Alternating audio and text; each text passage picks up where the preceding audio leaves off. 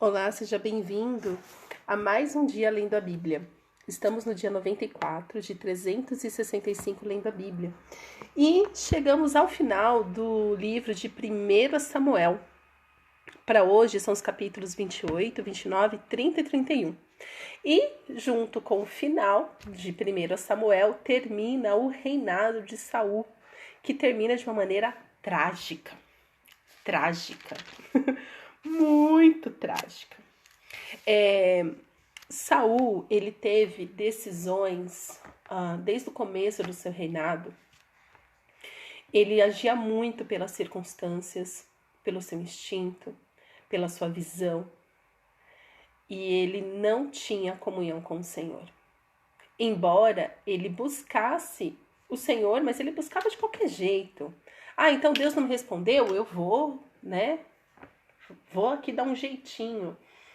O Senhor mandou eu fazer de tal jeito, mas eu quero surpreender o Senhor, eu vou fazer de outro jeito. Gente, nós servimos a um Deus soberano que não pode ser surpreendido. Não tem nada que você faça que Deus vai olhar e fazer: eu não acredito, você fez isso! Ai, que abominável! Não acredito, eu não esperava isso de você. Deus não é o ser humano, não é filho de homem e também não é homem. Deus, é soberano. Então, Saul tinha mania de fazer isso, ele tinha esse hábito. Então isso mostra assim muito da sua índole, de como ele foi criado e no que ele acreditava. No capítulo 28, ele faz algo que é uma loucura. Ele comete um ato de loucura. E depois aqui eu pesquisei nos livros de estudos que eu tenho, bíblias de estudo que eu tenho sobre esta passagem, e todos são unânimes em dizer isso. Saul cometeu uma loucura. No capítulo 28, ele consulta uma médium, né? Então, por quê? Porque ele está desesperado. Aqui, né, se você lembra, Samuel morreu, né? Porque em tese ele buscaria Samuel, mas até isso quando ele fazia, né, de ir lá consultar Samuel, se Samuel não estava disponível, ele fazia as coisas do jeito dele. Então, ele, no capítulo 28, mostra que ele está desesperado, porque ele está vendo que ele está perdendo, que para todos os lados que ele vai, dá ruim. Então, no verso 7 nós lemos: então Saul disse aos seus servos: procure uma mulher que seja para que eu me encontre com ela e a consulte. Os servos responderam: há uma mulher em Endor que é médium. Então, aqui ele foi procurar porque assim, com a vinda, onde o Senhor está, não pode ter esse tipo de abominação. Feitiçaria, ocultismo, outros deuses caem por terra. Né? E o próprio Saul condenava isso. No reinado de Saul, ele mandou embora. Saul se disfarçou, vestiu outras roupas e foi acompanhado de 2 homens. Chegaram de noite à casa da mulher e disse: peço que você adivinhe para mim pela necromancia, ou seja, consulta aos mortos, e me faça subir aquele que eu lhe disser. Mas a mulher respondeu, olha, a própria mulher diz: você sabe muito bem o que Saul fez. Eliminou da terra os médiuns e adivinhos. Então, porque você está me preparando uma armadilha que pode me levar à morte? Então Saul lhe jurou pelo Senhor, ainda usa o nome de Deus, dizendo: tão certo como vive o Senhor, aqui Senhor está com todas as letras maiúsculas, então ele está se referindo ao Deus Todo-Poderoso, nenhum castigo lhe sobrevirá por isso. Ou seja, além dele fazer algo que Deus abomina, ele ainda usa o nome de Deus para jurar. Gente, é uma desgraça puxando outra desgraça. Quando você pensa que poderia ficar pior, Saul consegue, vai lá e piora mais ainda. Então a mulher perguntou: quem você quer que eu faça subir? Ele respondeu: Samuel. Ok. Quando a mulher viu Samuel, gritou em alta voz e disse a Saul: por que você me enganou? Pois você mesmo é Saul. Mas o rei disse à mulher: não tenha medo, que você está vendo. A mulher respondeu a Saul: vejo um Deus subindo da terra. Este Deus está com letra minúscula. Então, o que muitos aqui dizem, aí vou continuar. Ele perguntou, e como é a sua figura? Ela respondeu, vem subindo um ancião e está enrolado numa capa. Então Saul entendeu que se tratava de Samuel, ele se inclinou com o rosto em terra e se prostrou. Ou seja, se prostrou diante do capeta. Então, assim, muitos teólogos, muitos, eu vou dizer muitos, que são os que eu leio, os que eu estudo, mas em linhas gerais, nós, os cristãos, que seguimos a Bíblia, esta Bíblia aqui, por exemplo, que eu estou lendo, que é a nova versão, que é na versão Nova Almeida Atualizada, que é o que está escrito aqui. Nós que seguimos esta Bíblia, que lemos esta Bíblia e acreditamos que esta Bíblia, este compilado de livros, o que está escrito aqui, é a revelação do Senhor, da palavra do Senhor para nós, é o Logos, é a palavra de Deus, é realmente Deus revelado a nós, nos instruindo no caminho que devemos andar. Nós acreditamos que o quê? É impossível consultar a mortos. Ou seja, quando a pessoa vai consultar os mortos, na verdade, são espíritos imundos disfarçados daquela pessoa, entendeu? Então, Deus condena a necromancia em outras partes, né? Tanto que na lei mosaica, né? Na lei de Moisés, tá escrito, não procurais outros deuses, não consultai os mortos, não vai praticar adivinhação, feitiçaria. Deus detesta isso. Por quê? Porque isso é engano. O diabo, ele pode fazer isso, porque o diabo é o enganador. O diabo é aquele que veio para matar, roubar e destruir. Ele é o pai da mentira. Então aqui, quando ela continua, tanto que ele fala assim, Samuel, né? E ainda fala, né? Algumas versões não fala nem que a mulher viu Samuel, ela viu uma pessoa X.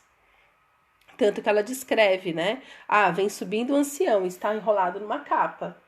Aí é que Saul fala, que ele se prostra e fala, é Samuel. E pergunta, né? Ainda vai falar e tem todo esse jogo, né? Então, aqui de acordo com a minha Bíblia, que é a Bíblia de Estudo Shed, e outras versões, outras Bíblias também vêm dizer isso, que é uma distorção. Por quê? Porque não tem uma repetição disso em outros lugares da Bíblia. Lá na frente tem Jesus, né, encontrando tal, mas ali é Jesus acessando o paraíso, acessando o céu, é outra coisa. Não é consulta a mortos. Jesus não consultou mortos. Mas nós precisamos entender o que está sendo dito aqui. Saul cometeu mais um pecado abominável para Deus. Ao invés de buscar o Senhor, ao invés de se arrepender dos seus pecados, se converter dos maus caminhos, não.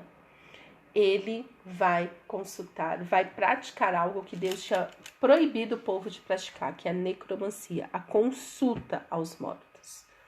Ou seja, o que Deus condena? Você chegar num lugar, falar ali para a pessoa, no caso o médium, né, que nem está escrito aqui, hoje nos nossos dias possui também essas pessoas, e falar assim para ela, olha, acessa aí o mundo dos mortos e faz fulano vir aqui que eu quero falar com ele. Em absoluto, o que todos dizem é que não é essa pessoa que vem, é o diabo. Como que o diabo sabe? O diabo sabe tudo da sua vida. Tudo que você viveu até aqui, porque ele te acompanha, ele anda, né, ao derredor buscando uma brecha para poder atacar. Né? Mas não quero dar aula sobre o diabo, mas se você tiver dúvidas, você me escreve que a gente conversa. Então, tome cuidado, porque qual é o fim de Saul que nós lemos no capítulo 31? Os filisteus lutaram contra Israel, e os homens de Israel, fugindo da presença dos filisteus, caíram mortos no monte Gilboa. Os filisteus seguiram de perto Saul e seus filhos e mataram Jonatas, Abinadab e Malquizua, filhos de Saul, ou seja, eles mataram os 3 filhos de Saul de uma vez só. A batalha se intensificou contra Saul. Os flecheiros o avistaram e ele foi ferido gravemente. Então Saul disse ao seu escudeiro: arranque a sua espada e atravesse-me com ela, para que não venham esses incircuncisos me atravessem com a espada e zombem de mim. Mas o seu escudeiro não quis fazer isso, porque estava com muito medo. Então Saul pegou a sua própria espada e se lançou sobre ela. Quando o escudeiro viu que Saul estava morto, também se lançou sobre a sua espada e morreu com ele. E assim morreram juntamente naquele dia Saul, os seus 3 filhos, o seu escudeiro e todos os seus soldados. Quando os homens de Israel que estavam no outro lado do vale, no outro lado do Jordão, viram que o exército de Israel fugiu e que Saul e seus filhos estavam mortos, abandonaram as cidades e fugiram, e vieram os filisteus e habitaram nelas. Que fim trágico! Saul se suicida. Ele já estava gravemente ferido, então aqui, no meu entendimento, ele já ia morrer. Devido à gravidade dos seus ferimentos, devido a não ter ninguém por perto para ajudá-lo, né? Tava todo mundo ali morrendo ao redor dele. Mas, para não dar esse gostinho do filisteu vir, né? E falar, eu matei ele, ele vai lá e se mata, se joga sobre a sua espada. Então, meus queridos, vamos tomar cuidado. Vamos realmente buscar o Senhor, ter o temor do Senhor. Saul, ele reinou por muito tempo, mas ele não era sábio. Ele não tinha o temor do Senhor. Por um tempo ele até teve, o Senhor abençoou ele no começo e ele estava tudo indo bem. Até o dia que ele resolve desobedecer o Senhor e Deus diz: você cometeu uma loucura. Você que é o rei, você que é o líder, você que deveria obedecer em primeiro lugar. Você vai levar todo o povo a pecar. Então, por causa do pecado de Saul, Deus se afasta dele. Então é muita inocência da nossa parte, mesmo nós que vivemos na era da graça. A graça nos possibilita viver em santidade e não ficar pecando, achando que nada de ruim vai chegar na nossa casa. Não, o pecado atrai destruição. Saul, por causa de Saul, por causa das loucuras que ele cometeu, matando todos os sacerdotes. Então, além dele desobedecer o Senhor, ele matou os sacerdotes do Senhor, ele manchou a casa do Senhor com sangue. Ele pratica necromancia, que Deus detesta. Com isso, ele não só morre seus 3 filhos e todos os seus soldados, todos que lutaram a causa dele, por causa dele morreram. Então, meu querido, não é só você que tem a sua vida arruinada quando você peca, quando você não anda com o Senhor. Você leva todo mundo junto. Você leva a sua família, você leva os seus funcionários, você leva os seus amigos. Você leva todo mundo que você influencia. E a palavra do Senhor diz: ai daquele que faz com que um pequenino se perca. Ai daquele que faz com que uma pessoa peque. Ai daquele, ai daquele. E eu não quero ser essa pessoa. E eu tenho certeza que você também não.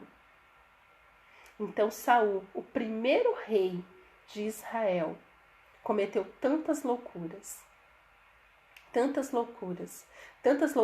que no fim do reinado de Saul, ele que já tinha vencido tantas vezes os filisteus, termina derrotado pelo seu pior inimigo, que são os filisteus. E não só derrotado, a terra, eles fogem e os filisteus tomam posse das terras que eram dos israelitas. Então, além de você, o seu pecado, você se destruir sua família, destruir tudo ao seu redor, ainda faz com que o inimigo acampe na sua terra, estabeleça morada. Então, se o inimigo já estabeleceu morada na sua vida, está na hora de você viver em santidade para ele bater em retirada, para ele sair dos lugares que você deu para ele. Reivindique o que é seu. Ore ao Senhor. confesse os seus pecados e tenha vida com Jesus, que você vai viver uma outra vida, uma vida bem melhor. Pai, obrigada pela tua palavra que sempre nos ensina. Obrigada, Senhor, pelas tuas promessas que se cumprem nas nossas vidas. Obrigada, Senhor, pela tua proteção, pelo teu amor, pela tua graça, pela tua misericórdia. Te pedimos perdão, Senhor, porque tantas vezes somos como Saul, vivendo por nós mesmos, acreditando que nada de mal vai acontecer conosco e vamos nos perdendo e não sabemos como voltar para casa. Eu te peço, Senhor, nos guia nos teus caminhos, ó Pai. Corrige, Senhor, os nossos passos, corrige o nosso coração, corrige, Senhor, as nossas atitudes, para que possamos andar com o Senhor, para que possamos realmente, ó Pai, viver a vida que o Senhor tem para nós.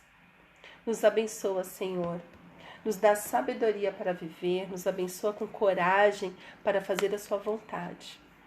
Nos abençoa, Paizinho, é o que eu te peço, em nome de Jesus. Amém.